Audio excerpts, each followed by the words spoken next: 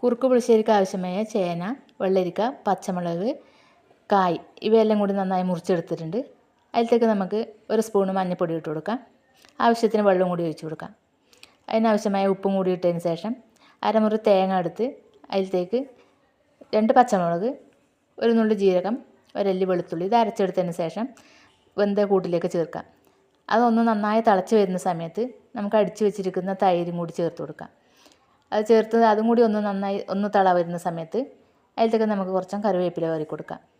നന്നായി മിക്സാക്കിയിട്ട് അതൊന്ന് തിള വന്നതിന് ശേഷം മാറ്റി വെക്കാം. അതിലേക്ക് നമുക്ക് ഇനി വറുത്തിടാനില്ല പാത്രം തീമ വെച്ചിട്ടുണ്ട്. അതിൽ വെളിച്ചെണ്ണ ഒഴിച്ചു, ഉലുവ ഇട്ട് കൊടുത്തു. അത് പൊട്ടുന്ന കണക്കിന് നമുക്ക് കടുക് ഇട്ട് കൊടുക്കാം. കടുകും കൂടി പൊട്ടി കഴിഞ്ഞ ശേഷം നമുക്ക് അതിലേക്ക് 4 വറ്റൽമുളക് ചേർത്ത് കൊടുക്കാം. അതും കൂടി മൂത്ത് വന്നതിന് ശേഷം നമുക്ക് കറിയിലേക്ക് അതൊന്ന് ഒഴിച്ചു കൊടുക്കാം. നല്ല അടിപൊളി കുറുക്ക് പുളിശ്ശേരി ആയിട്ടുണ്ട്.